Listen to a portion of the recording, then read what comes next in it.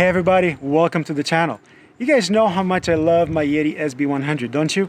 After all, I've been using this bike on my channel for the last 5 years or so. This is one of the originals, 120mm front, 100mm rear. I absolutely love the bike, how capable it is, how comfortable it is, how efficient it is. But you know what else I got to love in the last couple of years?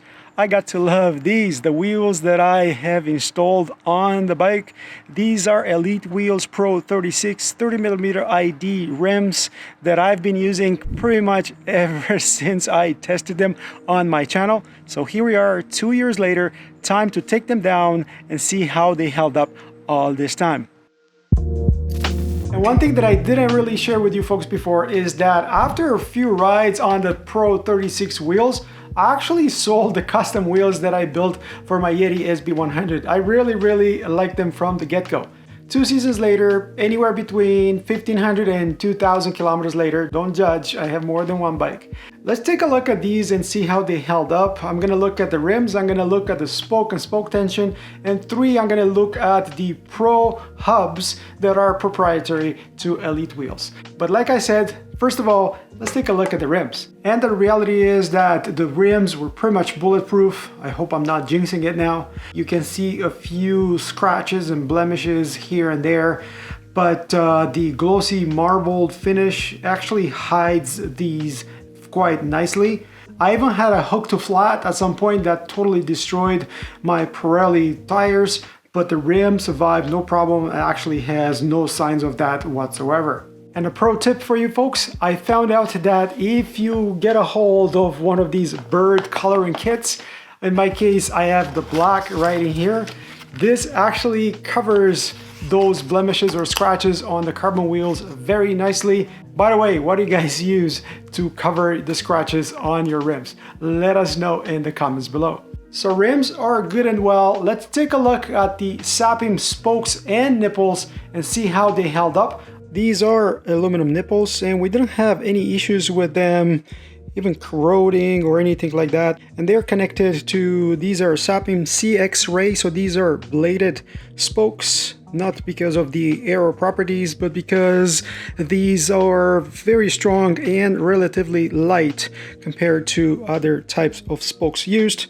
By the way, these nipples are the Sapim Secure Lock, which are supposed to stay in place and not unwind, meaning that the wheel tension should be kept pretty well. And after going around the rear wheel, which by the way gets beat up a lot more than the front, I only found a couple of spokes that I might touch a little bit, but it's not really necessary. Don't be put off by the tools you need to check the spoke tension. Something like this TM1 from Park Tool is pretty popular, it's pretty cheap. I would add it to my toolbox if I didn't have one. At least once a year, use it, or if you don't have any tools, just grab pairs of spokes and check the relative tension all around the wheel. If you notice any pair or any particular spoke that's loose, try and tighten it or take it to a friend that can help you through the wheel again. But again, that's maintenance, and talk about that, let's take a look at the hubs. Do they need any maintenance after all this riding? One thing that I noticed is that these wheels have very low friction in them. Obviously it would be the combination of front and rear.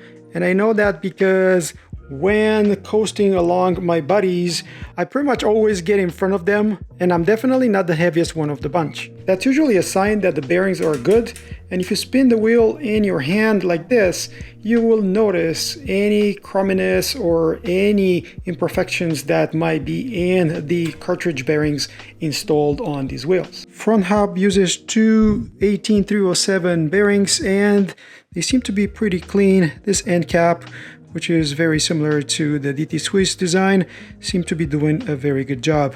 And if you pop that bearing seal open, you can see this is mint, so nothing to worry about for now. Rear, same thing. Open this up easier because of that notch at the end of the end cap. Inside you're gonna have two 6902 bearings. As for the free hub, this uses 6802 bearings, one here and one on the other side. But some would argue that the most important part of the wheel set is the rear hub. So let's take a look at this ratchet mechanism. By default, this comes with 36 tooth, and I haven't touched it, is the original. As always, leave the cassette on if you want to make it easier for you to remove the free hub. Look at that.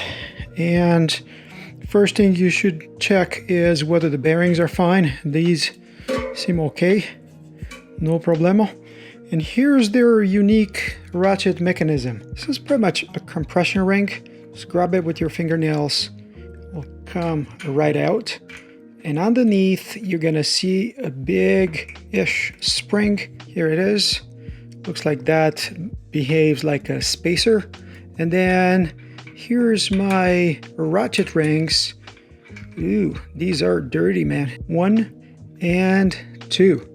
Here at the bottom, you're gonna see that little ring, plastic ring, that just sits pretty much on top of the bearings. Now, this is different from the DT Swiss design, in which case you have a spring on both sides.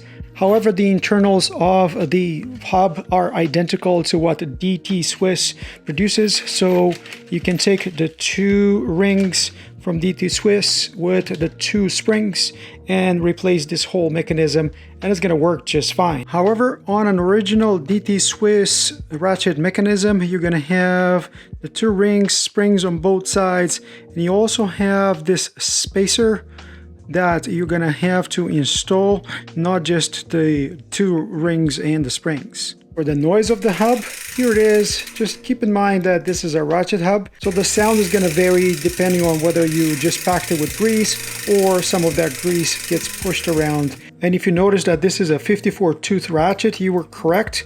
Why am I not using it? Because the 36 tooth seems to be the perfect compromise between PoE and durability and noise if you want.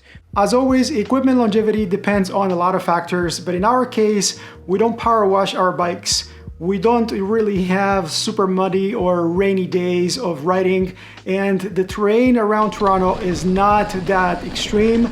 We're pretty light riders, so that would be the environment that these wheels lived for 2 seasons. When I first reviewed the wheels, I called them budget carbon. That's because they were very aggressively priced. Well, fast forward to 2023, the wheels are still aggressively priced. They're still available.